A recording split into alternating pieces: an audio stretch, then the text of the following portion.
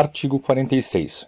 Os tipos de licitação, melhor técnica ou técnica e preço, serão utilizados exclusivamente para serviços de natureza predominantemente intelectual, em especial na elaboração de projetos, cálculos, fiscalização, supervisão e gerenciamento e de engenharia consultiva em geral, e em particular para a elaboração de estudos técnicos preliminares e projetos básicos e executivos, ressalvado o disposto no parágrafo 4º do artigo anterior. Parágrafo 1º. Nas licitações do tipo melhor técnica, será adotado o seguinte procedimento claramente explicitado no instrumento convocatório, o qual fixará o preço máximo que a administração se propõe a pagar. Inciso 1. Serão abertos os envelopes contendo as propostas técnicas exclusivamente dos licitantes, previamente qualificados, e feita então a avaliação e classificação dessas propostas, de acordo com os critérios pertinentes e adequados ao objeto licitado, definidos com clareza e objetividade no instrumento convocatório, e que considerem a capacitação e a experiência do proponente, a qualidade técnica da proposta, compreendendo metodologia, organização, tecnologias e recursos materiais a serem utilizados nos trabalhos, e a qualificação das equipes técnicas a serem mobilizadas para sua execução. Inciso 2º. Uma vez qualificadas as propostas técnicas, proceder-se-á à abertura das propostas de preço dos licitantes que tenham atingido a valorização mínima estabelecida no instrumento convocatório e a negociação das condições propostas com o proponente melhor qualificada, com base nos orçamentos detalhados e apresentados e respectivos preços unitários, tendo como referência o limite representado pela proposta de menor preço entre os licitantes que obtiveram a valorização mínima. Inciso 3. No caso de impasse na negociação anterior, procedimento idêntico será adotado sucessivamente com os demais proponentes, pela ordem de classificação, até a consecução de acordo para a contratação. Inciso 4. As propostas de preços serão devolvidas intactas aos licitantes que não forem preliminarmente habilitados ou que não obtiverem a valorização mínima estabelecida para a proposta técnica. Parágrafo 2º. Nas licitações do tipo técnica e preço, será adotado adicionalmente ao inciso 1 do parágrafo anterior o seguinte procedimento claramente explicitado no instrumento convocatório. Inciso 1. Será feita a avaliação e a valorização das propostas de preços, de acordo com critérios objetivos pré-estabelecidos no instrumento convocatório. Inciso 2. A classificação dos proponentes far-se-á de acordo com a média ponderada das valorizações das propostas técnicas e de preço, de acordo com os pesos pré-estabelecidos no instrumento convocatório. Parágrafo 3º. Excepcionalmente, os tipos de licitação previstos neste artigo poderão ser adotados por autorização expressa e mediante justificativa circunstanciada na maior autoridade da administração promotora, constante do ato convocatório, para fornecimento de bens e execução de obras ou prestação de serviços de grande vulto majoritariamente, dependentes de tecnologia nitidamente sofisticada e do domínio restrito, atestado por autoridades técnicas de reconhecida qualificação, nos casos em que o objeto pretendido admitir soluções alternativas e variações de execução, com repercussões significativas sobre sua qualidade, produtividade, rendimento e durabilidade, concretamente mensuráveis, e essas puderem ser adotadas à livre escolha dos licitantes, na conformidade dos critérios objetivamente fixados por ato convocatório. Artigo 47. Nas licitações para execução de obras e serviços, quando for adotada a modalidade de execução de empreitada por preço global, a administração deverá fornecer obrigatoriamente, junto com o edital, todos os elementos e informações necessários para que os licitantes possam elaborar suas propostas de preço com total e completo conhecimento do objeto da licitação. Artigo 48. Serão classificadas: inciso 1. As propostas que não atendam às exigências do ato convocatório da licitação. Inciso 2. Propostas com valor global superior ao limite estabelecido, ou com preço manifestadamente inexequíveis. Assim, considerados aqueles que não venham a ter demonstrado a sua fiabilidade através da documentação que comprove que os custos dos insumos são coerentes com os de mercado e que os coeficientes de produtividade são compatíveis com a execução do objeto do contrato. Condições essas necessariamente especificadas no ato convocatório da licitação. Parágrafo 1º. Para os efeitos do disposto no inciso 2 deste artigo, consideram-se manifestadamente inexequíveis, no caso de licitações de menor preço para obras e serviços de engenharia, as propostas cujos valores sejam inferior a 70% do menor dos seguintes valores. A linha A. A média aritmética dos valores das propostas superiores a 50% do valor orçado pela administração ou, a linha B, valor orçado pela administração. Parágrafo 2º. Dos licitantes classificados na forma do parágrafo anterior, cujo valor global da proposta for inferior a 80% do menor valor a que se referem as alíneas A e B, será exigida para a assinatura do contrato prestação de garantia adicional, dentre as modalidades previstas no parágrafo 1º do artigo 56, igual à diferença entre o valor resultante do parágrafo anterior e o valor da correspondente proposta. Parágrafo 3º.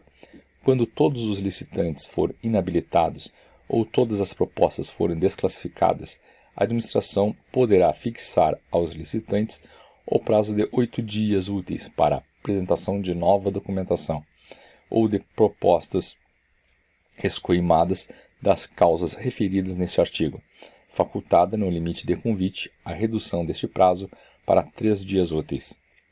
Artigo 49.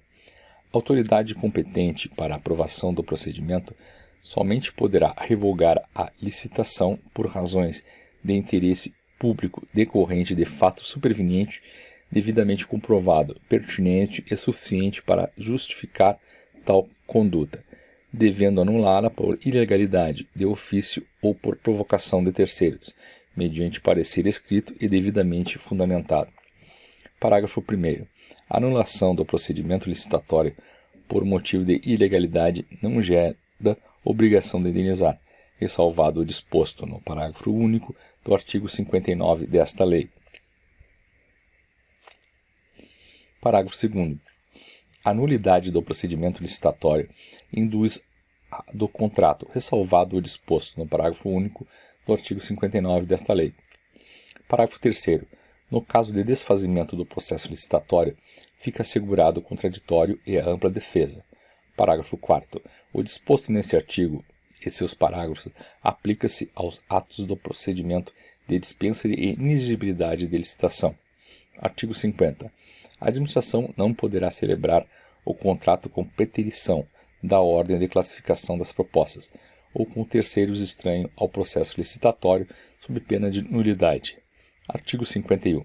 A habilitação preliminar, a inscrição em registro cadastral, a sua alteração ou cancelamento e as propostas serão processadas e julgadas por comissão permanente ou especial de no mínimo 3 membros, sendo pelo menos 2 deles servidores qualificados pertencentes aos quadros permanentes dos órgãos da administração, responsáveis pela licitação.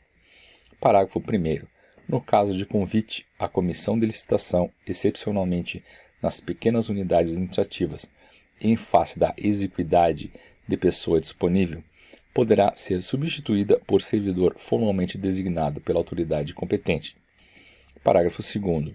A comissão para julgamento dos pedidos de inscrição em registro cadastral, sua alteração ou cancelamento será integrada por profissionais legalmente habilitados, no caso de obras, serviços ou aquisição de equipamentos. Parágrafo 3º.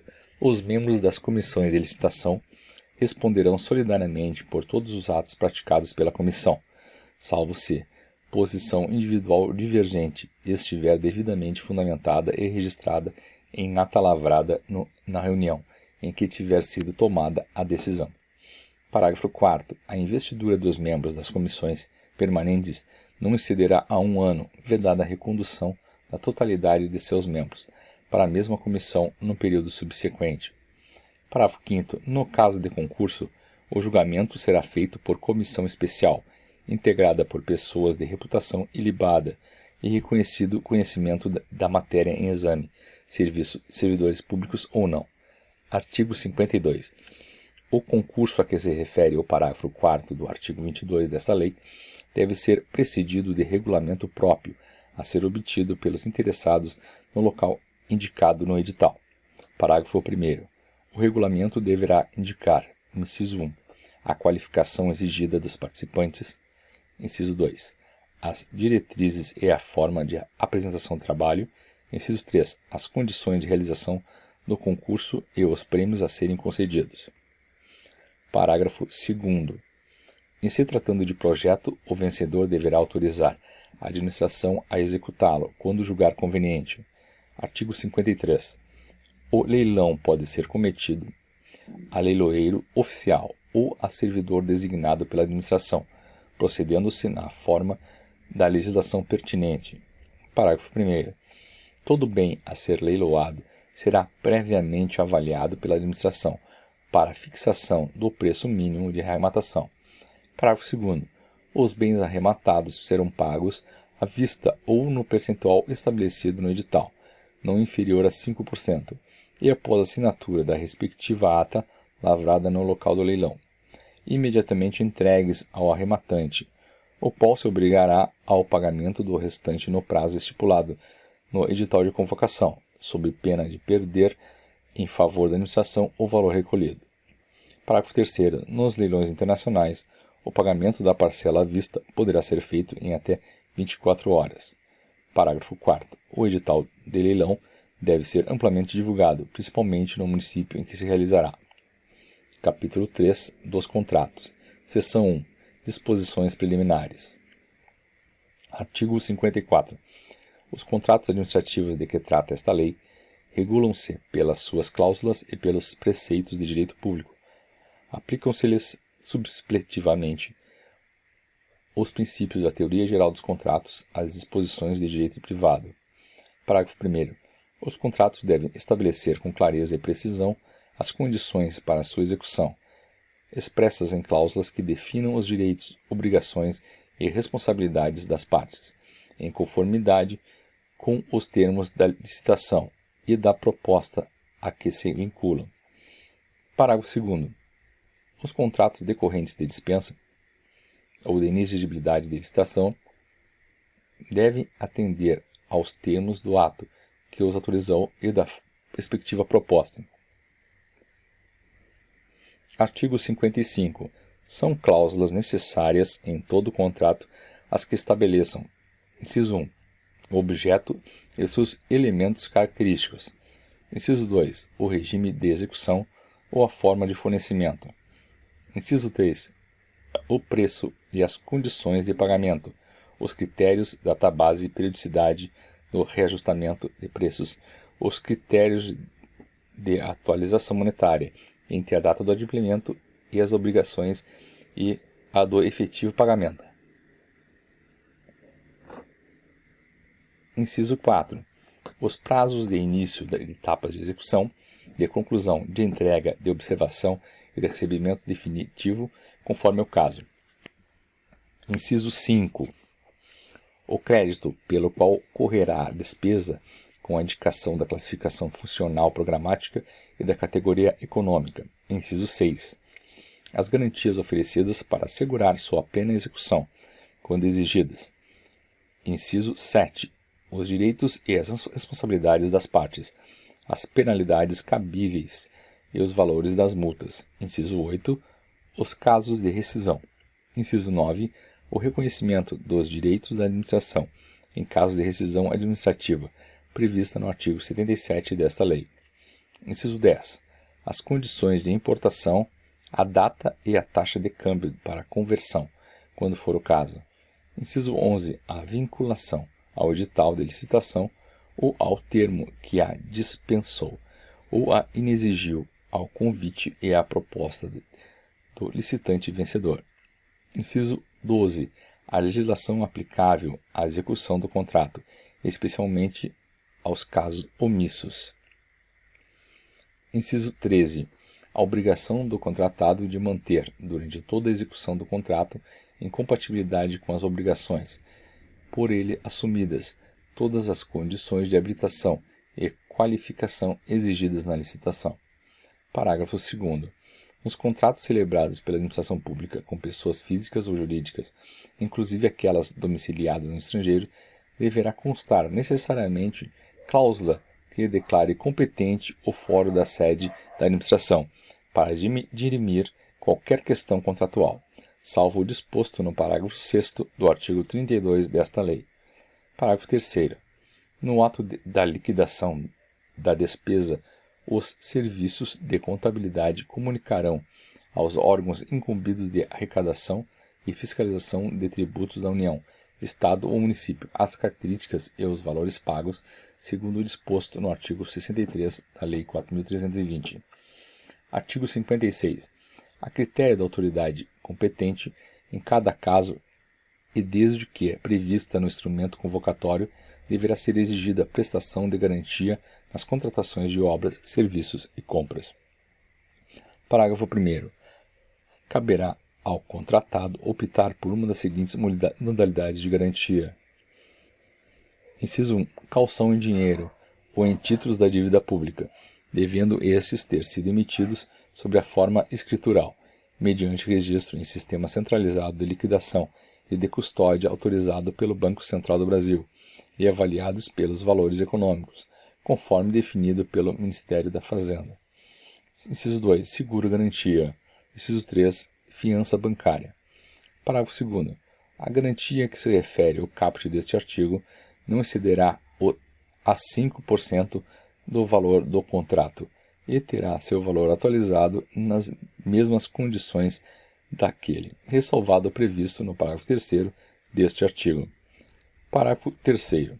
Para obras, serviços e fornecimento de grande vulto envolvendo alta complexidade técnica e riscos financeiros consideráveis, demonstrados através de parecer tecnicamente aprovado pela autoridade competente, o limite de garantia previsto no parágrafo anterior poderá ser elevado para até 10% do valor contratado. Parágrafo 4º. A garantia prestada pelo contratado será liberada ou restituída após a execução do contrato e quando em dinheiro atualizada monetariamente. Parágrafo 5º. Nos casos dos contratos que importem a entrega de bens pela administração, dos quais o contratado fica depositário, ao valor da garantia deverá ser acrescido o valor desses bens. Artigo 57. A duração dos contratos regidos por esta lei ficará adstrita à vigência dos respectivos créditos orçamentários, exceto quando aos relativos. Inciso 1. Aos projetos cujos produtos estejam contemplados nas metas estabelecidas no plano plurianual, os quais poderão ser prorrogados se houver interesse da administração, e desde que isso tenha sido previsto no ato convocatório. Inciso 2. A prestação de serviços a ser executados de forma contínua, que poderão ter a sua duração prorrogada por iguais e sucessivos períodos, com vistas à obtenção de preços e condições mais vantajosas para a administração, limitada a 60 meses. Inciso 4. Ao aluguel de equipamentos e à utilização de programas de informática, podendo a duração estender-se pelo prazo de 48 meses, após o início da vigência do contrato. Inciso 5. As hipóteses previstas nos incisos 9, 19, 28 e 31 do artigo 24, cujos contratos poderão ter vigência por até 120 meses, caso haja interesse da administração. Parágrafo 1º. Os prazos de início de etapa de execução, de conclusão e de entrega admitem prorrogação, mantidas as demais cláusulas do contrato e assegurada a manutenção de seu equilíbrio econômico-financeiro, desde que ocorra algum dos seguintes motivos, devidamente autuados em processo. Inciso 1. Alteração do projeto ou especificações pela administração. Inciso 2. Superveniência de fato excepcional ou imprevisível, estranho à vontade das partes, que altere fundamentalmente as condições de execução do contrato. Inciso 3. Interrupção da execução do contrato ou diminuição do ritmo do trabalho por ordem e no interesse da administração. Inciso 4. aumento das quantidades inicialmente previstas no contrato, nos limites permitidos por esta lei. Inciso 5. Impedimento de execução do contrato por fato ou ato de terceiro, reconhecido pela administração em documento contemporâneo à sua ocorrência. Inciso 6. Omissão ou atraso de providências a cargo da administração, inclusive quanto aos pagamentos previstos de que resulte diretamente impedimento ou retardamento da execução do contrato, sem prejuízo das sanções legais aplicáveis aos responsáveis. Parágrafo 2º. Toda prorrogação de prazo deverá ser justificada por escrito e previamente autorizada pela autoridade competente para celebrar o contrato. Parágrafo 3º. É vedado o contrato com prazo de vigência indeterminado. Parágrafo 4º. Em caráter excepcional e devidamente justificado, e mediante autorização da autoridade superior, o prazo em que trata o inciso 2 do caput deste artigo poderá ser prorrogado por até 12 meses. Artigo 58. O regime jurídico dos contratos administrativos, instituído por esta lei, confere à administração em relação a eles a prerrogativa de: inciso 1. Modificá-los unilateralmente, para melhor adequação às finalidades do interesse público, respeitados os direitos do contratado. Inciso 2. Rescindi-los unilateralmente, nos casos especificados no inciso 1 do artigo 79 desta lei. Inciso 3. Fiscalizar-lhes a execução. Inciso 4. Aplicar sanções motivadas pela inexecução total ou parcial do ajuste. Inciso 5. Nos casos de serviços essenciais, ocupar provisoriamente bens móveis, imóveis, pessoal e serviços vinculados ao objeto do contrato, na hipótese da necessidade de acautelar a apuração administrativa de faltas contratuais pelo contratado, bem como na hipótese de rescisão do contrato administrativo. Parágrafo 1º. As cláusulas econômico-financeiras e monetárias dos contratos administrativos não poderão ser alteradas sem prévia concordância do contratado. Parágrafo 2º. Na hipótese do inciso 1 deste artigo, as cláusulas econômico-financeiras do contrato deverão ser revistas para que se mantenha o equilíbrio contratual. Artigo 59. A declaração de nulidade do contrato administrativo opera retroativamente, impedindo os efeitos jurídicos que ele ordinariamente deveria produzir, além de desconstruir os já produzidos. Parágrafo único. A nulidade não exonera a administração do dever de indenizar o contratado, pelo que este houver executado até a data em que ela for declarada e por outros prejuízos regularmente comprovados, contanto que não lhe seja imputável, promovendo-se a responsabilidade de quem lhe deu causa.